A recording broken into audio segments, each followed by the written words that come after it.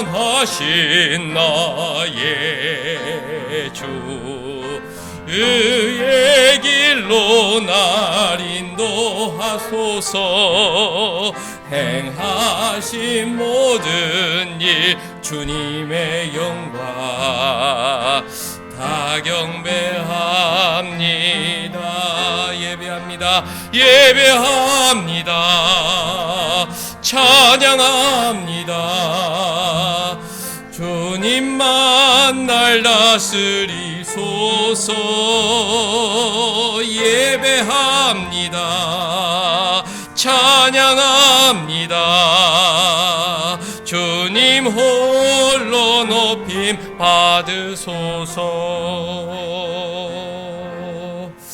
복음성가 부르시면서 요 말씀 미리 좀 찾아 놓으시는데요, 그 시편 찬송 11절 다음에 쉼표하고 45절 그렇게 적으세요. 마지막 45절을 같이 읽을게요. 배고편 1절에서 11절 쉼표하고 45절은 마지막에 같이 읽도록 하겠습니다. 우리 완전하신 나의 주, 우리 한 번 더 불러볼게요.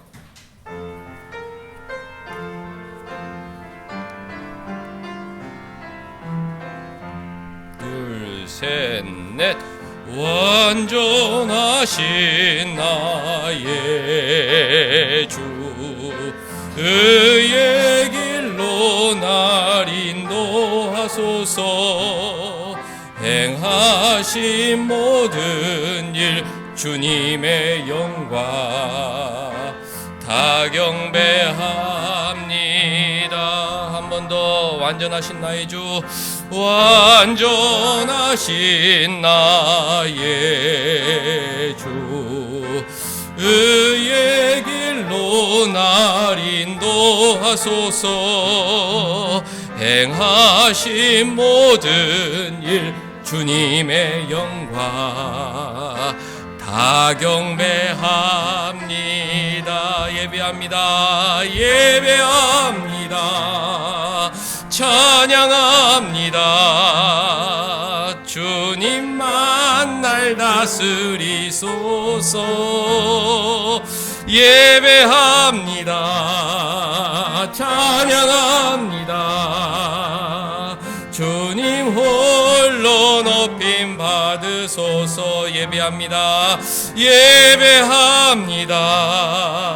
찬양합니다. 주님만 날 다스리소서. 예배합니다. 찬양합니다. 주님 홀로 높임 받으소서. 그 옆에 온 맘 다해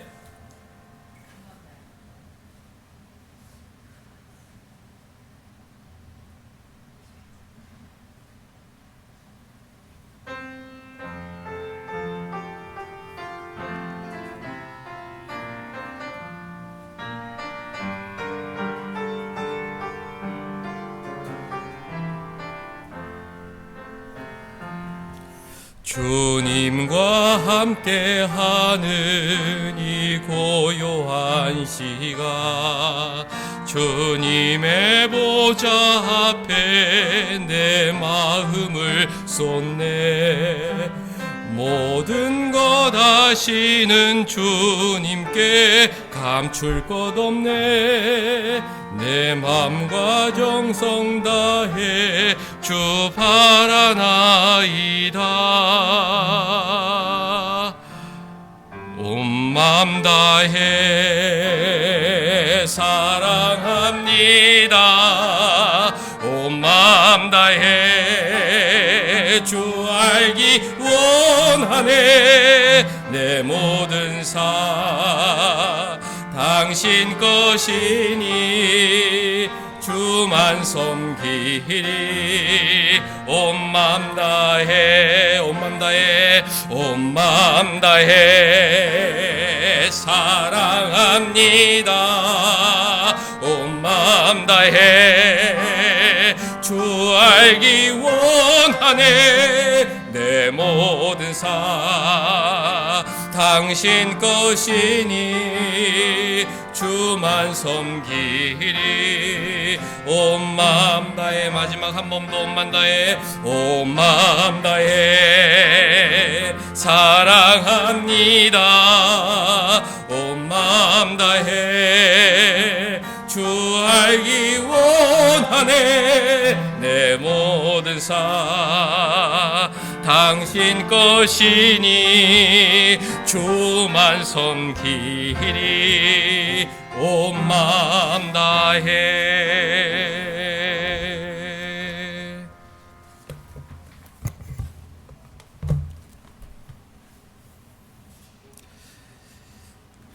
이와 같이 성령도 우리의 연약함을 도우시나니 우리는 마땅히 기도할 바를 알지 못하나 오직 성령이 말할 수 없는 탄식으로 우리를 위하여 친히 간구하시느니라.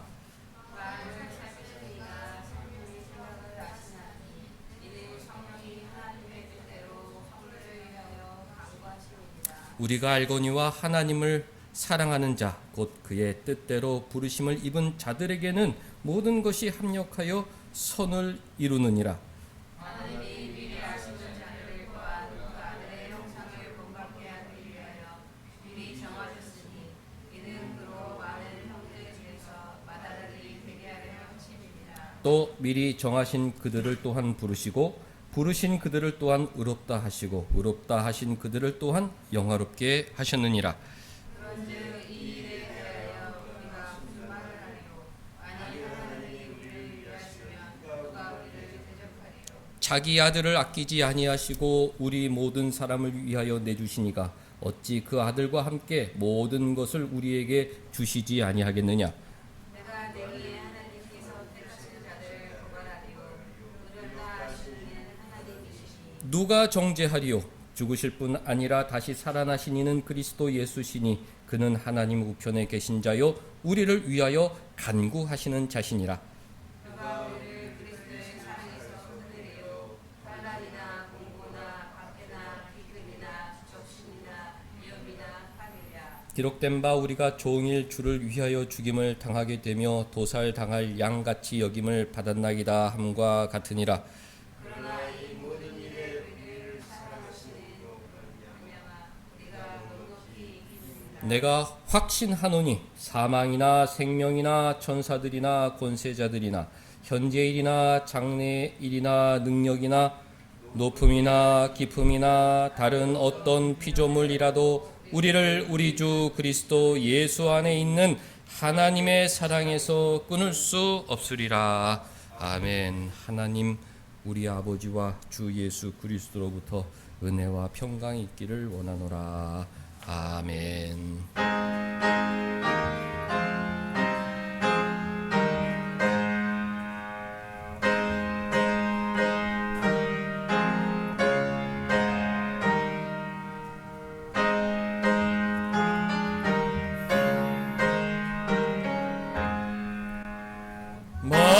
만복의 근원 하나님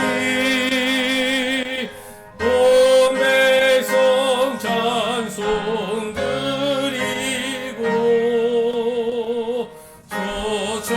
저천사여 찬송하세. 찬송 성부 성자 성교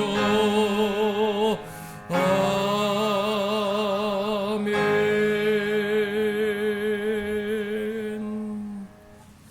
할렐루야. 전능하사 천지를 만드신 하나님 아버지를 내가 믿사오며 그 외아들 우리 주 예수 그리스도를 믿사오니 이는 성령으로 잉태하사 동정녀 마리아에게 나시고 본디오 빌라도에게 고난을 받으사 십자가에 못 박혀 죽으시고 장사한 지 사흘 만에 죽은 자 가운데에서 다시 살아나시며 하늘에 오르사 전능하신 하나님 우편에 앉아 계시다가 저리로서 산자와 죽은 자를 심판하러 오시리라.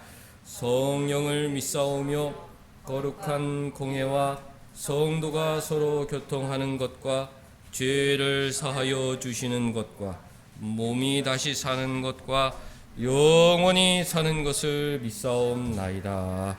아멘.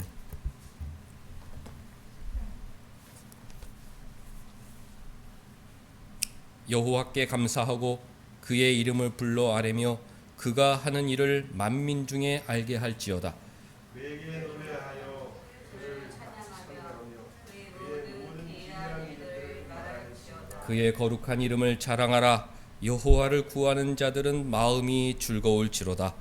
여호와와 그의 능력을 구하는 자마다 그의 얼굴을 항상 구할지어다. 그의 종 아브라함의 후손 곧 택하신 야곱의 자손 너희는 그가 행하신 기적과 그의 이적과 그의 입의 판단을 기억할지어다. 그는 여호와 우리 하나님이시라. 그의 판단이 온 땅에 있도다. 그는 그의 언약 곧 천대에 걸쳐 명령하신 말씀을 영원히 기억하셨으니 이것은 아브라함과 맺은 언약이고 이삭에게 하신 맹세이며 야곱에게 세우신 율례 곧 이스라엘에게 하신 영원한 언약이라. 이르시기를 내가 가나안 땅을 내게 주어 너희에게 합당한 소유가 되게 하리라. 45절 같이 이는 그들이 그의 율례를 지키고 그의 율법을 따르게 하려 하심이로다. 할렐루야. 아멘.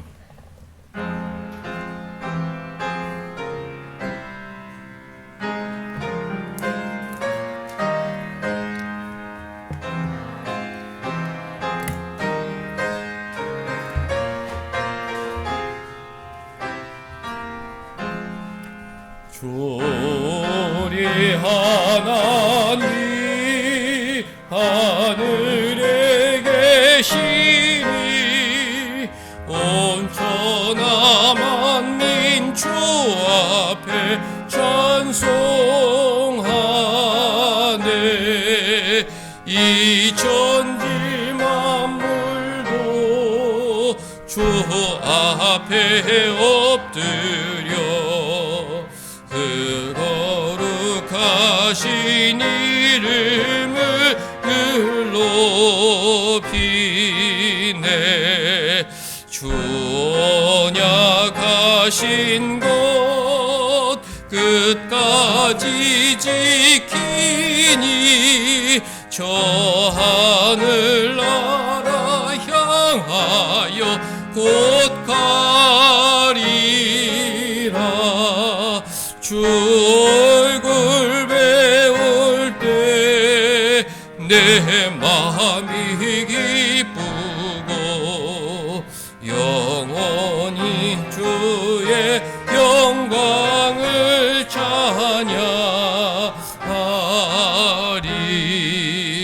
왕의 왕 되신 주 하늘에 계시니 이 세상 죄악 이기신 구주 예수 저 천군 천사들 중이하고서 무성도 함께 영원히 늘 섬기네. 성삼일체께 승리한 무리들 다 기쁜 소리 높여서 감사드려. 창조주 하나님 내 주님 되시니 주 앞에 나도 엎드려 경배하네.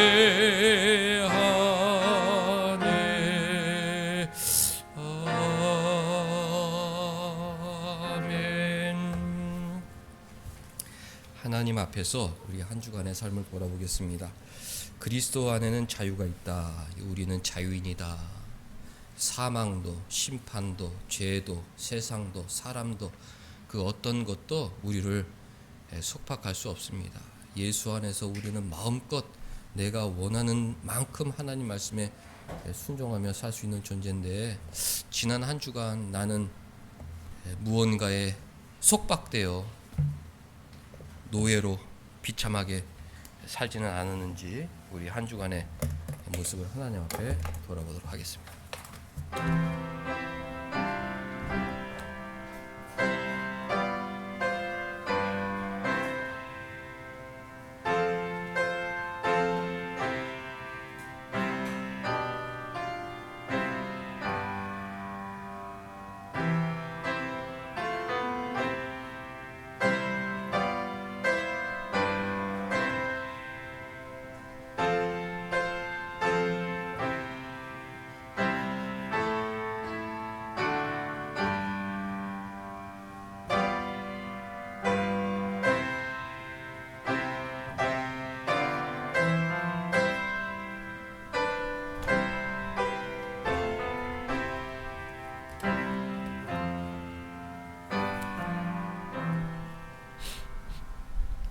수많은 별들과 해와 달과 별, 온 우주 만물을 창조하시며 섭리하시는 하나님 아버지, 여호와 우리 주여, 주의 이름이 온 땅에 어찌 그리 아름다운지요.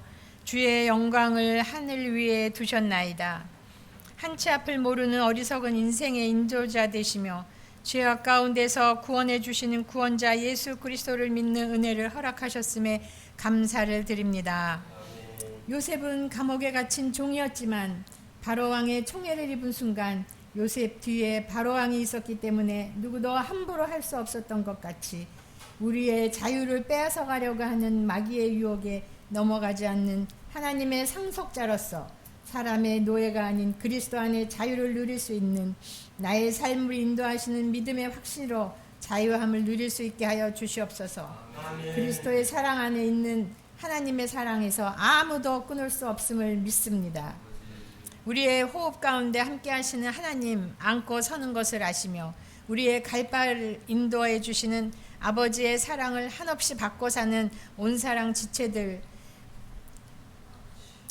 성도님들의 건강을 지켜주시옵시고 요양원에 계신 윤웅석 집사님 하늘의 소망으로 하루하루 주님 앞에 다가서게 하여 주시옵시고 믿음의 자녀들 학업에 힘쓸 때 지혜와 명철을 더하시사 하나님이 주시는 사명을 잘 감당하게 하여 주시옵소서.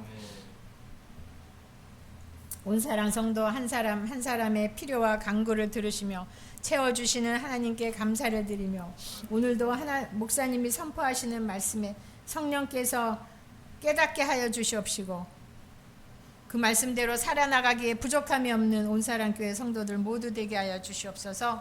이 모든 말씀 예수님의 이름으로 기도합니다. 아멘.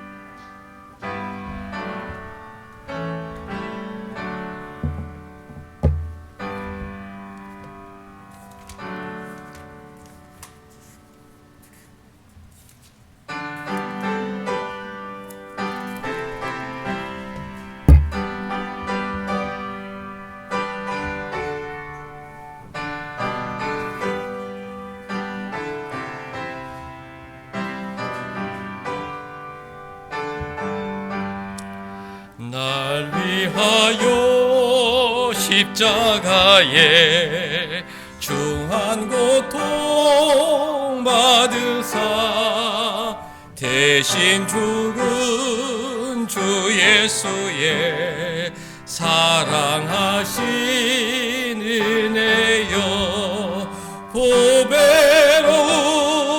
피를 흘려 영영 죽을 죄에서 구속함을 받은 우리 어찌 찬양 안 할까. 예수 안에 있는 우리 한량없이 즐겁고 주 성령의 위로함이 마음속에 차도다. 저 이 같은 은혜로운 그 말씀 끊임없이 듣는 우리 어찌 찬양 안 할까. 이 세상의 모진 풍파 쉬지 않고 불어도 주님 안에 보호받는 우리 마음 편하다. 늘 깨어서 기도하고 저 천국을 바라며 주님만을 기다리니 어찌 찬양 안 할까.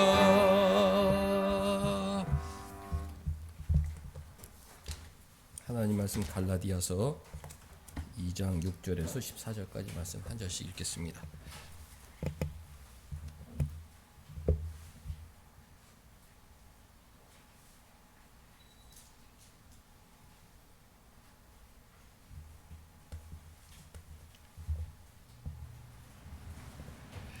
유력하다는 이들 중에 본래 어떤 이들이든지 내게 상관이 없으며 하나님은 사람을 외모로 취하지 아니하시나니 저 유력한 이들은 내게 의무를 더하여 준 것이 없고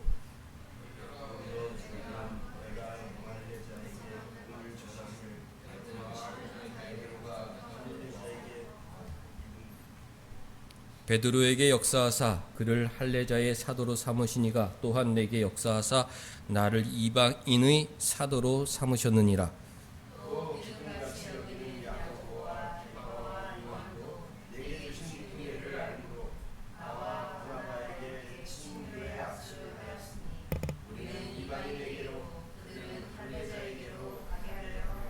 다만 우리에게 가난한 자들을 기억하도록 부탁하였으니 이것은 나도 본래부터 힘써 행하여 왔노라.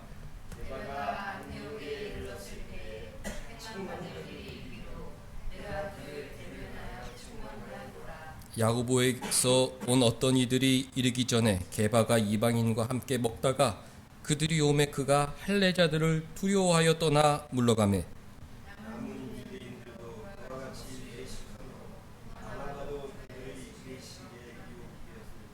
같이 그러므로 나는 그들이 복음의 진리를 따라 바르게 행하지 아니함을 보고 모든 자에게서 게바에게 이르되 네가 유대인으로서 이방인을 따르고 유대인답게 살지 아니하면서 어찌로 이방인을 유대인답게 살게 하려 하였노라. 아멘.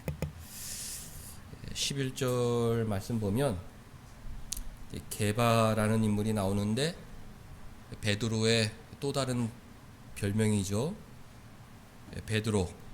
베드로가 안디옥에 이르렀을 때에 사도 바울이 베드로를 대면하여 책망한 일이 있었습니다. 바울이 베드로를 책망하였다. 베드로는 예수님의 첫 번째 제자, 수제자, 12 제자 중에 맏형격이었고, 바울은 뒤늦게 다메섹 도상에서 주님을 만나 이방인의 사도로 부름받은 어떻게 보면 13번째 마지막 사도라고 할 수 있는데 격차가 크죠. 여기는 12명이라는 집단의 우두머리고 여기는 혼자 뒤늦게 된 사도인데도 불구하고 베드로를 책망하였다. 베드로의 잘못을 지적하였다. 뒤에서 헐뜯은 것이 아니라 얼굴을 맞대고 큰 소리로 당신이 틀렸다.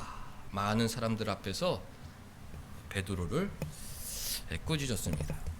오늘은 왜 바울이 베드로를 꾸짖었는지, 그 당시에 그 꾸짖음을 통하여 교회에 어떤 유익이 있었는지, 마지막으로 우리에게는 어떤 교훈을 주는지 순서대로 생각해 보겠습니다. 바울이 베드로를 책망한 이유는 베드로가 위선적인 행동을 하였기 때문입니다. 14절 보면 나는 그들이 복음의 진리를 따라 바르게 행하지 아니함을 보았다. 복음의 진리를 다 알고 있는데 그 순간에 베드로와 또 베드로의 영향을 받은 바나바가 그 진리대로 살지를 아니하였다. 속과 겉이 다른 모습을 보여주었기 때문에 바울은 담대하게 베드로를 꾸짖었던 것입니다. 원래 기독교인들은 다 유대인들이었죠. 초창기에는 별 문제가 없었어요. 유대인들의 어떤 문화, 전통, 관습, 율법을 그대로 지켰습니다. 예를 들어서 토요일부터 시작되는 안식일, 그러니까 안식일을 지켰어요. 또 태어나면 8일째 남자아이들에게 할례를 행했는데 그 할례를 행하였죠. 예수님도 할례를 받으셨고 또 바울의 첫 번째 제자 디모데도 반이 어머니가 유대인이었기 때문에 너는 할례를 받는 것이 좋겠다. 디모데도 할례를 받고 그런 유대인들의 율법과 전통을 그대로 이제 물려받았는데 문제는 예수님께서 땅끝까지 복음을 전하라. 세상 모든 민족을 제자로 삼아라. 명령하셨기 때문에 제자들, 특별히 사도 바울은 로마 전 지역을 돌아다니면서 복음을 전하였습니다. 근데 복음을 받아들이는 사람은 유대인이 아니라 헬라인도 있었단 말이죠. 이 헬라인들을 어떻게 해야 될 것인가? 이게 초대 교회의 문제였습니다. 그래서 기독교인들은 우리가 안식일을 지킬 것이 아니라 주님 부활하신 주일을 지켜야겠다. 그래서 토요일 다음 안식일 다음 날인 주일을 이제 7일로 지키기 시작했고 오늘날까지 우리가 그 주일 일요일 7일을 거룩하게 안식일로 지키고 있습니다. 우리 신자의 외면적인 최고 의무는 안식일 준수죠. 7일은 쉬고 안식하고 하나님 앞에 나와 예배드리고 몸도 쉬고 영혼도 쉬고 창조의 은혜를 기억하고 구속의 은혜를 기억하며 형제 자매들과 함께 하나님께 예배하는 것, 이것은 예수님 다시 오신 그날까지 우리가 힘써 지켜야 할 그리스도인의 의무인 것입니다. 십계명에도 안식일을 거룩하게 지키라 명령하셨죠. 근데 초대 교회 유대인들은 그 안식일을 지키되 우리가 날짜를 주님 부활하신 주일로 바꿔서 지키자, 혁명적인 일을 하였습니다. 그 유대인들 보기에는 말이 안 되는 일이죠. 몇천 년 동안 토요일에 안식일을 지켜왔는데 어느 순간 이것을 주일로 날짜를 변경해서 예배를 드리겠다고 하니 유대인들이 보기에는 아주 신성모독을 범한 큰 범죄자들이었습니다. 또 그들은 할례를 언약의 표, 구원받은 백성의 표로 여기고 그것을 생명같이 귀하게 여겼는데 초대교회 지도자들이 예루살렘에 모여서 회의를 했습니다. 다 사도들도 모이고 바울도 모이고 바나바도 모이고 모든 그 당시 교회 지도자들이 예루살렘에 모여서 회의를 했죠. 그것이 2장 1절인데요. 14년 후에 내가 바나바와 함께 디도를 데리고 다시 예루살렘에 올라갔다. 예루살렘에 다 같이 모여 회의를 하였습니다. 유대인들에게 행왔던 할례를 우리가 이방인들에게 강요할 수 있겠느냐? 이방인들은 그것을 부끄럽게 여긴다, 불필요하게 여긴다. 아니 그 할례하고 구원이 무슨 상관이 있냐고 물어보는 사람들에게 우리가 무엇이라고 답변해야겠느냐? 우리가 예수 그리스도의 십자가 보혈을 믿는 믿음으로 제사함 받고 구원받는다고 가르쳤는데 거기에다 또 할례를 해야 된다고. 그건 예수님께서 명령하신 규례도 아니고 오랫동안 구약 시대에 지켜왔던 그 율법인데 그것을 우리가 새로 교회 안에 들어온 헬라인들에게 강요할 수 있겠느냐? 사도들이 오랫동안 의논하고 기도하고 회의한 결과 구원의 유일한 길은 믿음밖에 없다. 그렇게 결론을 내렸죠. 헬라인들에게 우리가 할례를 강요할 필요가 없다. 할례는 이제 사라진 율법이다. 우리는 새 시대에 주님께서 명령하신 세례를 베풀고 그 세례는 거리낌이 없는 것이거든요. 유대인이나 헬라인이나 물로 죄를 씻는 그런 예식은 모든 사람들에게 거리낌이 없는 주님 명령하신 예식이었기 때문에 우리가 할례는 행하지 말고 세례와 성찬을 통해서 우리가 주님의 은혜를 전파하자, 그렇게 회의를 했습니다. 그것은 베드로도 동의한 내용이고 거기에 있는 모든 사도들이 동의한 내용이었죠.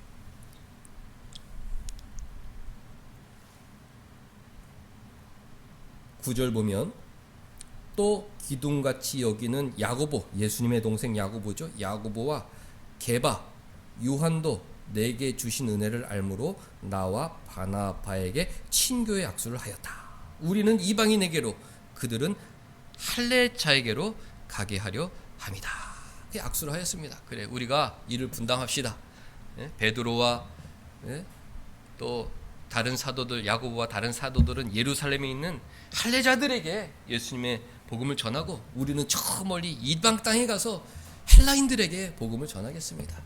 그 복음의 유일한 조건, 구원의 유일한 조건은 예수 그리스도의 십자가 보혈만이라는 것을 우리가 확실하게 약속을 합시다 하고 친교의 약속을 했어요.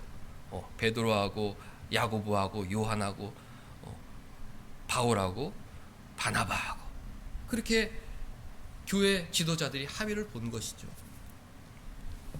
그런데 그 후에 게바가 안디옥에 이르렀습니다. 이방인들하고 한 자리에서 식사를 했죠. 그것은 복음 안에서 너무나 자연스러운 일이었습니다. 예수 안에는 헬라인이나 유대인이나 구별이 없고 남녀 차별이 없고 노예와 주인과의 차이가 없고 모두가 한 가족이었기 때문에 한 자리에 앉아서 식사를 하는 것은 너무나 자연스러운 일이었죠. 그런데 유대인들은 마치 옛날 조선시대의 양반들이 자신들의 종놈, 상놈들과 함께 밥을 먹는 것은 있을 수 없는 일이라고 여겼던 것처럼 그 이방인들하고 한 자리에 앉아 밥을 먹는 것은 수치스러운 일이라고 여겼던 것입니다. 오랫동안 전해진 그 유대인의 관습에 베드로조차 깊게 물들어 있었던 것이죠. 12절 야고보에게서 온 어떤 이들이 이르기 전에 게바가 이방인과 함께 먹다가 그들이 오매 할례자들 두려워하여 떠나 물러갔다. 베드로 사도님, 야고보 교회 지도자가 지금 잘 하고 있는지 사람들을 보내셨습니다. 그렇게 소식을 전해오자 이거 내가 이방인들하고 같이 밥 먹었다는 소식을 듣게 되면 저 예루살렘 교회에서 여러 가지 이야기들이 많을 텐데 그냥 내가 잠시 자리를 피하는 게 좋겠다. 저 여러분들 급한 일이 있어서 갑니다 하고 그 자리를 피해버린 것입니다. 그랬더니 베드로 옆에 쭉 같이 있었던 유대인들이 있었는데 저 베드로 사도가 자리를 뜨는 것은 이방인들과 같이 식사하는 게 나중에 문제가 될 수 있어서 자리를 뜨는가 보구나. 그것을 알고 베드로를 따라서 다 같이 자리에 일어났어요. 헬라 여러분들 다음에 만납시다. 우리 급한 일이 있어서 일어납니다 하고 다 따라 나갔습니다. 그런데 바울의 동역자인 바나바도 이거 나도 여기 있으면 안 되는 건가? 헬라인들하고 같이 앉아 있는데 저 예루살렘에서 보내온 사람들이 이 광경을 보면 나중에 문제가 복잡해질까? 나도 조용히 자리를 떠나야겠다. 바나바도 일어나서 그 자리를 황급히 떠나버린 것입니다. 성경은 어떻게 기록하고 있느냐? 바울이 그들의 외식에 유혹되었다. 게바의 외식이라는 것은 위선이거든요. 겉과 속이 다른 것을 외식이라고 합니다. 무언가 진리라고 알고 있는데 겉으로 표현하는 것은 다르게 표현하는 것, 그게 위선이거든요. 베드로는 오래전에 약속을 했어요. 헬라인들에게 우리가 부탁할 것은 예수 그리스도의 십자가 보혈을 믿는 믿음뿐이다. 그것이 유일한 구원의 조건이다. 예수 안에서는 헬라인이나 유대인이나 차별이 없다. 다 하나님의 형상으로 만들어진 똑같은 사람들이다. 그것이 복음의 진리다. 그것을 전하자 약속을 했는데 시간이 질러 야고보가 보낸 어떤 사람들이 온다는 소식을 듣고 베드로는 그 복음의 진리에서 미끄러지고 말았던 것입니다. 바울은 그 모습을 보고 참을 수가 없었어요. 14절 그러므로 나는 그들이 복음의 진리를 따라 바르게 행하지 아니함을 보고 모든 자 앞에서 공개적으로 베드로를 꾸짖었던 것입니다. 잠깐! 베드로 당신 복음의 진리에 따라 바르게 행하고 있지 않습니다. 당신은 십자가 보혈의 진리대로 살지 않는 위선자입니다. 라고 모든 자 앞에서 바울을 책망하였던 것입니다. 이 바울의 책명은 그 성경의 또 하나의 명장면이죠. 이 바울의 책명이 없었더라면 복음의 진리는 오늘까지 바로 서지 못했을 것이다. 이 담대한 바울의 책망 때문에 예수 믿는 믿음으로 말미암아 구원받는 이 기독교 진리가 세워질 수 있었던 것이죠. 이 그 당시에 바울의 책망이 주었던 유익이 세 가지가 있습니다. 첫 번째는 복음의 진리가 바로 세워지게 되었죠.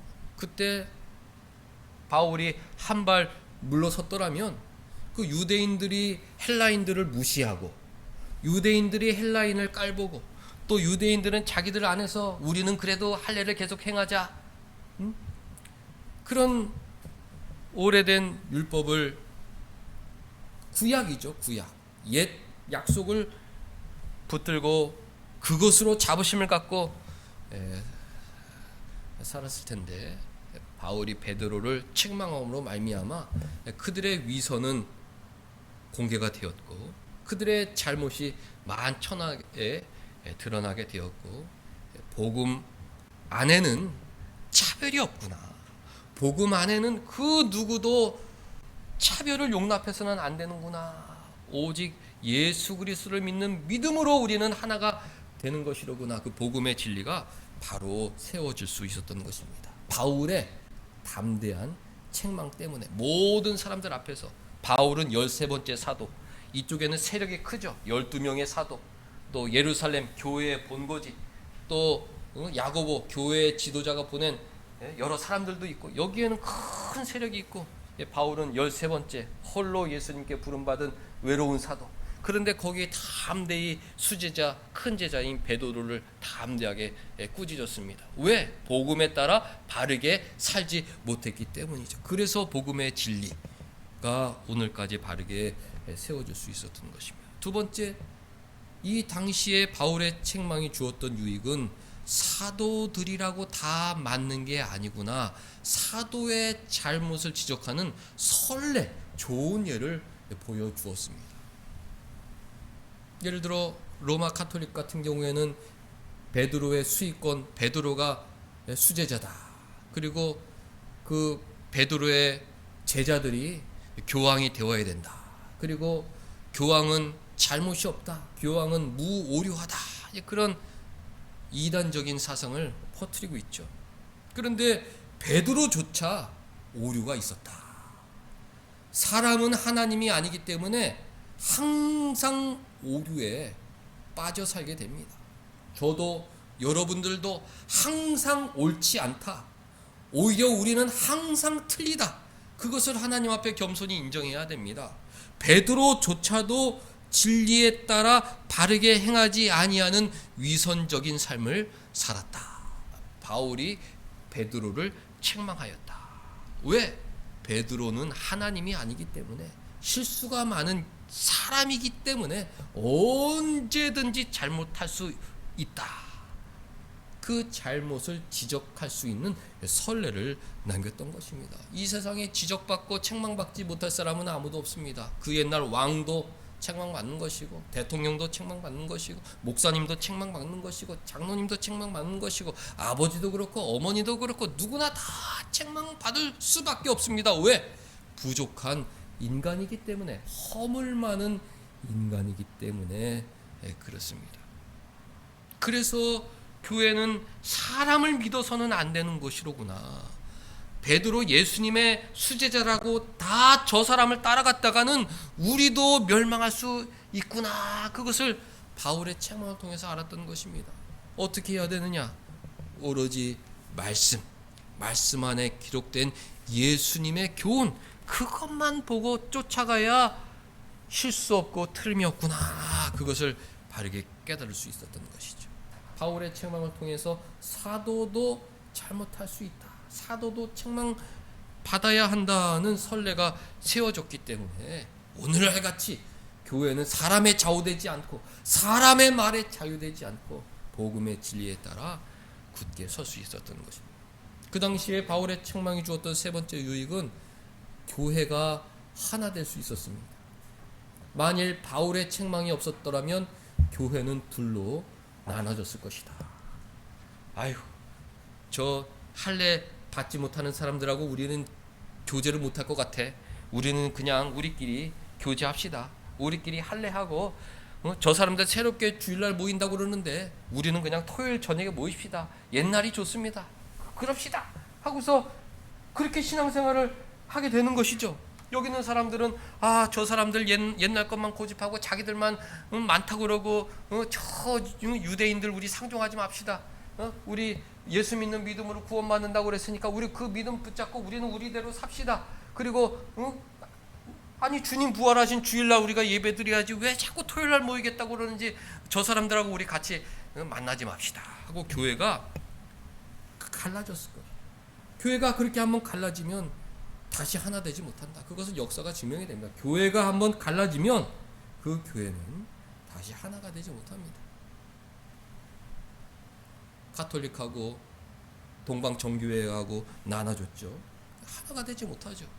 로마 가톨릭하고 우리 개신교가 나눠졌죠. 하나가 되지 못합니다. 믿는 내용들이 다르기 때문에 하나가 될 수가 없어요. 믿는 내용 자체가 다르기 때문에 하나가 될 수 없습니다.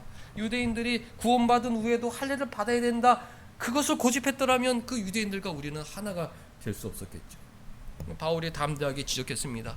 왜 복음의 진리에 따라 행하지 않느냐? 왜 복음의 진리에 따라 헬라인도 한 형제로 받아들이지 않느냐? 왜 헬라인들을 없이 여기느냐? 하고 책망했을 때 그들의 위선이 공개되었죠. 그리고 그들은 자신의 잘못을 인정할 수밖에 없었고 그 옛날 예루살렘 회의 때 나눴던 친교의 악수를 기억하고 우리가 잘못했습니다. 우리가 어리석었습니다. 우리가 위선적이었습니다. 다시 복음의 진리를 세울 수 있었던 것입니다. 바울의 책망은 명장면이다. 복음의 진리를 세웠고 사람들도 사도들도 잘못 살 수 있다는 것을 인정하게 만들었고 그리고 초대교회가 하나가 될 수 있도록 했던 신앙의 용감한 행동이었던 것입니다. 이 바울의 책망과 베드로의 위선이 오늘날의 우리들에게 수많은 교훈을 줍니다. 거기서 교훈을 뽑아내려면 이루 말할 수가 없죠. 제일 중요한 것이 무엇입니까? 베드로도 위선을 행하였다면 우리도 여전히 위선적인 삶을 살 수밖에 없다는 것이죠. 우리 머릿속에 복음의 진리가 있지 않습니까? 그러나 그 복음의 진리에 따라 살지 못할 때가 너무도 많다는 것을 인정을 해야 합니다. 사람은요, 환경의 지배를 받죠. 환경이 사람을 지배합니다. 우리가 그리스도 안에서 자유하기 때문에 그 세상과 환경으로부터 자유하고 이 복음 진리를 붙잡고 살아야 되는데 우리는 죄성 있고 연약하기 때문에 그 환경의 지배를 받을 수밖에 없습니다. 이 말씀만 바라고 이 진리를 꼭 붙잡지 않으면 환경의 지배를 받을 수밖에 없죠.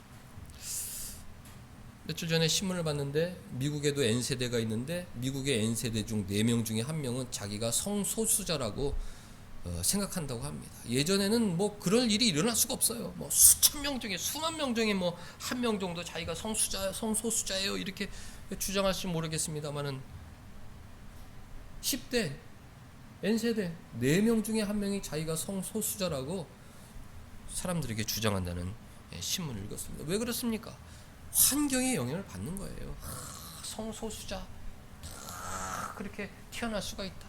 너도 성소수자, 나도 성소수자 다 그러니까 그 세상의 유행에 따라가다 보면 자기도 그냥 아무 생각 없이 자신을 성소수자라고 이야기를 하는 것이죠. 우리 교회만 동성애를 반대하고 그 성소수자 운동을 반대합니다. 왜 그렇습니까?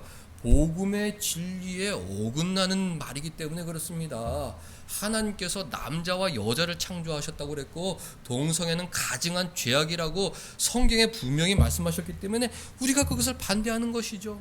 그 세상의 혼탁한 그 악한 사상으로부터 우리 자녀들을 보호하려고 교회만이 성경 진리를 전파하고 있는 것입니다. 무슨 예를 든 것입니까? 우리가 연약하고 인간이 연약하기 때문에 세상의 유행에 세상의 사상에 지배를 받을 수밖에 없다. 나도 모르게 나도 그런가 거기를 쫓아갈 수밖에 없다는 것입니다. 베드로도 유대인들하고 같이 유대인이 헬라인하고 같이 밥 먹는 것은 그것은 부끄럽고 수치스러운 일이구나. 그 자기 동료 유대인들이 다 그렇게 생각하고 그 생각이 유대인 사회에서 유행되고 있었기 때문에 감히 헬라인하고 같이 앉아 밥을 먹지 못하였던 것입니다. 그러니까 나 자신도 세상의 유행에 빠져 복음의 진리에 벗어난 삶을 살 수도 있다는 것을 인정하고 조심해야 한다는 것이죠. 우리 머릿속으로 우리가 십계명을 어렸을 때부터 교육했기 때문에 부모에게 효도하는 것이 얼마나 좋은 일인지 하나님을 얼마나 기쁘게 생각하는 일인지 우리가 알고 있어요. 그거 모르는 사람이 어디 있습니까? 그 하나님께서 만들어주신 그 법은 모든 인류의 사상과 법에 영향을 미쳐 유교도 불교도 그 어떤 종교도 부모에게 잘하라고 가르치고 있습니다. 모든 인류에게 주신 하나님의 귀한 법이기 때문이죠. 근데 세상은 무정하고 부모에게 냉정하고 부모를 박대하는 그런 유행이 퍼지고 있단 말이죠. 그 유행이 퍼지고 있어요. 친구도 보니까 부모에게 함부로 하고 이 친구도 보니까 부모에게 함부로 하고 저 친구도 보니까 부모에게 함부로 하고 부모에게 함부로 하는 그 유행 풍조가 이 악한 세상을 휩쓸고 있기 때문에 부모에게 잘하는 게 오히려 부끄러운 일처럼 여겨지는 이상한 세상이 되었던 것입니다. 아니 아침 저녁으로 전화드리고 잘하고 좋은 일 아닙니까? 그 주변에서 보고 야 너는 왜 그렇게 사느냐? 이 악한 세상에 물들었기 때문에 그렇죠. 무슨 말씀을 드리는 거예요? 복음의 진리는 알지만 이 세상의 악한 가치관에 영향을 받아 나도 모르게 이 복음의 진리에 반대되는 그런 삶을 살 수 있다는 것을 기억해야 한다는 것입니다. 우리가 예배당에 나와서 말씀을 듣는 유익이 무엇입니까? 그 옛날 바울이 베드로를 책망했던 것처럼 하나님께서 말씀을 통해 우리를 책망하는 거예요. 얘들아, 너희들 신자면 복음의 진리를 따라 살아야지. 그렇게 살아서 되겠느냐? 많은 천사들 앞에서 신자들 앞에서 우리를 책망하는 것입니다. 우리에게 유익이 있어야죠. 하나님 잘못했습니다. 세상에서 살다가 어리석게 세상에 빠져 하나님의 뜻이 무엇인지 모르고 살고 있습니다. 용서하여 주옵소서 하고 혁명적인 변화를 꾀해야 하는 것입니다. 토요일에서 주일로 예배드리는 것, 이거는 진짜 유대 사회에는 혁명적인 일이에요. 할례를 행하지 않은 헬라 사람들과 친교의 악수라고 함께 밥을 먹는다? 이거는 혁명적인 일입니다. 옛날의 구습, 사고방식, 어떤 가치관에 물들어 있던 사람들에게는 불가능한 일이에요. 복음이 그 혁명적인 일을 해냈죠. 완전히 사람을 바뀌어버렸던 것입니다. 그런 혁명적인 변화가 내 삶에 있기를 우리가 기대하고 목표해야 하는 것입니다. 하나님, 저는 여전히 세상에 속박되어 세상의 가치관과 사람들의 유행과 친구들의 눈치에 억압받고 마땅히 해야 될 하나님 명령에 순종하지 못하고 있는데 하나님, 제 안에 혁명적인 변화를 주옵소서.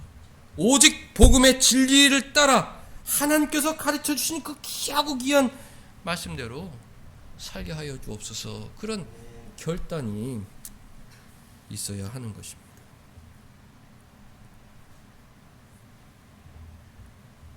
우리가 따라야 할 진리는 십자가 복음, 하나님 사랑, 이웃 사랑, 이것밖에 없죠. 세상은 허망한 것, 악한 것으로 우리를 유혹해서 온갖 더러운 것으로 세상을 혼란스럽게 만들고 있습니다. 우리는 거기서 눈치를 보는 것이죠. 나도 저렇게 해야 되나? 친구들이 다 저렇게 하고 세상 사람이 다 저렇게 해야 되는데 나도 저렇게 해야 되나? 하나님의 책망을 귀를 기울여야 하는 것입니다. 너는 하나님의 자녀로서 예수의 보혈로 피값 주고 산 하나님의 자유로서 어떻게 복음의 진리를 떠나 바르지 못한 삶을 살고 있느냐? 그 하나님의 책망을 들어야 합니다. 하나님, 혁명적인 삶을 살고 있습니다. 그 옛날 유대인과 헬라인이 하나가 되었던 이 불가능한 일을 일으키셨던 그 복음의 능력에 힘입어 저도 혁명적인 180도 변화된 삶을 살고 싶습니다. 그런 목표가 있어야 하는 것이죠. 사랑하는 성도 여러분들, 오늘 주신 말씀을 잘 마음에 담고 한 주 동안 복음의 진리를 따라 사시길 바랍니다. 게바도 베드로도 복음의 진리를 따라 살지 못할 때가 있었다. 바울이 책망할 때 비로소 그는 혁명적인 변화를 맞이하게 되었다. 내 삶 가운데에서도 복음과 동떨어진 어리석은 삶이 있다. 말씀의 책망을 받고 늘 말씀의 진리, 복음의 진리를 따라 살아가는 그런 거룩한 하나님의 자녀가 되어야겠다. 이런 소망을 갖고 세상으로 나아가는 여러분들 되시길 축복합니다. 기도하겠습니다. 하나님, 십계명과 산상수훈 등으로 그리스도의 복음의 길이 무엇인지 알려주시니 감사드리옵나이다. 부모에게 효도하고 형제를 사랑하고 이웃에게 주님의 사랑을 전하는 것이 우리들의 사명임을 알고 있지만 이 악한 세상에 살아갈 때에 세상에 오염되어 복음의 진리에 따라 바르게 살지 못할 때가 있음을 고백하오니 하나님, 저희들의 허물을 용서하여 주시옵고 오늘부터 새 사람이 되어 말씀에 순종하는 거룩한 하나님의 자녀로 살게 하여 주옵소서. 예수님의 이름으로 기도하옵나이다. 아멘.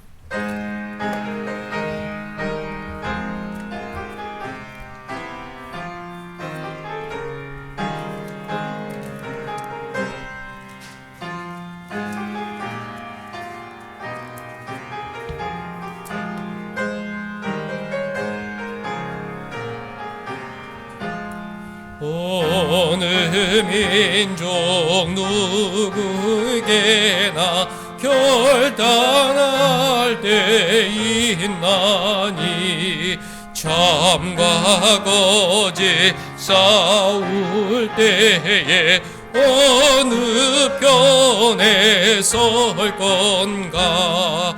주가 주신 새 목표가 우리 앞에 보이니 빛과 어둠 사이에서 선택하며 살리라. 고상하고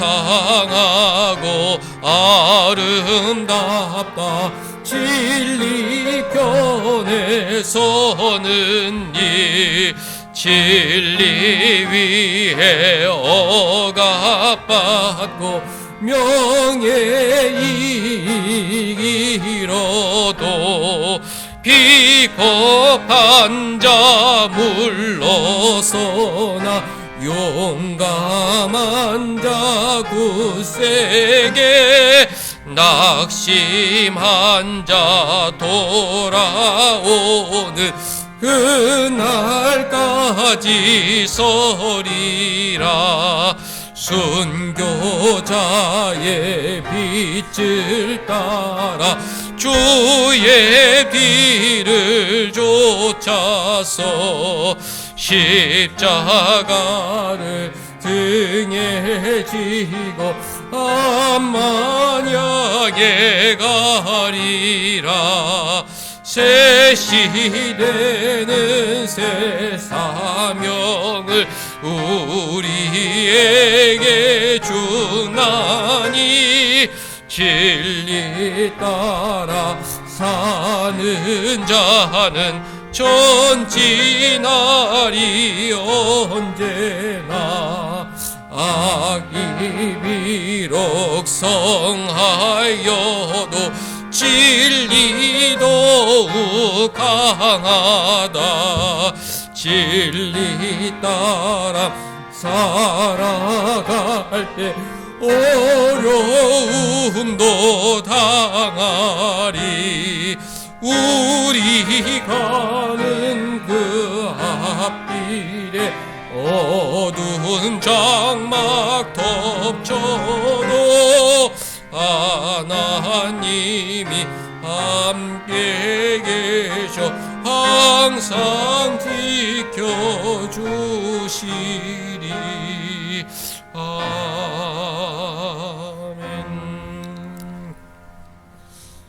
하나님, 예배 가운데 귀한 예물 드리오니 우리의 마음과 예배를 기뻐 받아 주옵소서. 하나님 말씀으로 책망하여 주시니 감사드리옵나이다. 세상에 억압받아 복음의 진리에 따라 살지 못할 때가 많았음을 고백하오니 저희들의 허물을 용서하여 주시옵고 저희들의 믿음을 붙들어 주셔서 오늘부터 새롭게 부모님께 효도하고 형제를 사랑하고 맡은 일에 충성하라는 하나님의 말씀에 순종하는 착한 자녀로 살게 하여 주옵소서. 무더운 여름 건강 지켜주시니 감사드리옵나이다. 8월까지 건강 지켜서 여름 잘 보내게 하여 주시옵고 또 가을 하나님 맡겨주신 일 기쁨으로 감당할 수 있도록 저희들의 앞날을 하나님 인도하여 주옵소서. 박병조 집사님 귀한 결감을 내놓고 또 여러 곳으로 도전하며 새를 향해 노력하고 땀 흘리고 있사오니 하나님 그 수고와 기도와 노력을 기뻐 받아주셔서 가을 새 길을 열어주시고 새 일을 허락하여 주셔서 더 감사와 기쁨 가운데 일할 수 있는 박병조 집사님 사업장 되게 하여 주옵소서.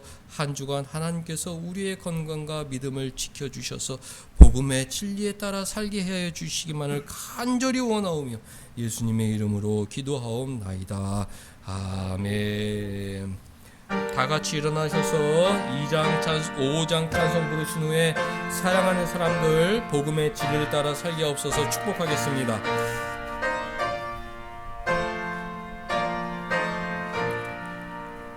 이 천지가 만물들아 복 주시는 주 여호와 전능성부 성자 성녀 찬송하고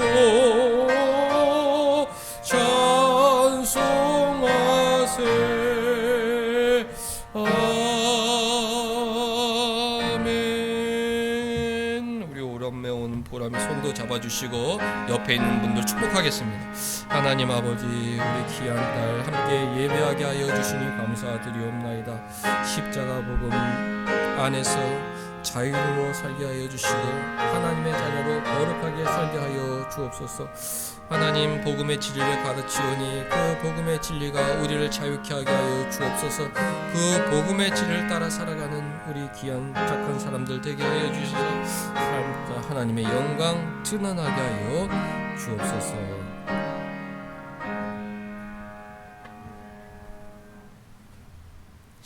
주 예수 그리스도의 은혜와 하나님의 사랑과 성령의 교통하심이 너희 무리와 함께 있을지어다. 아멘. 하나님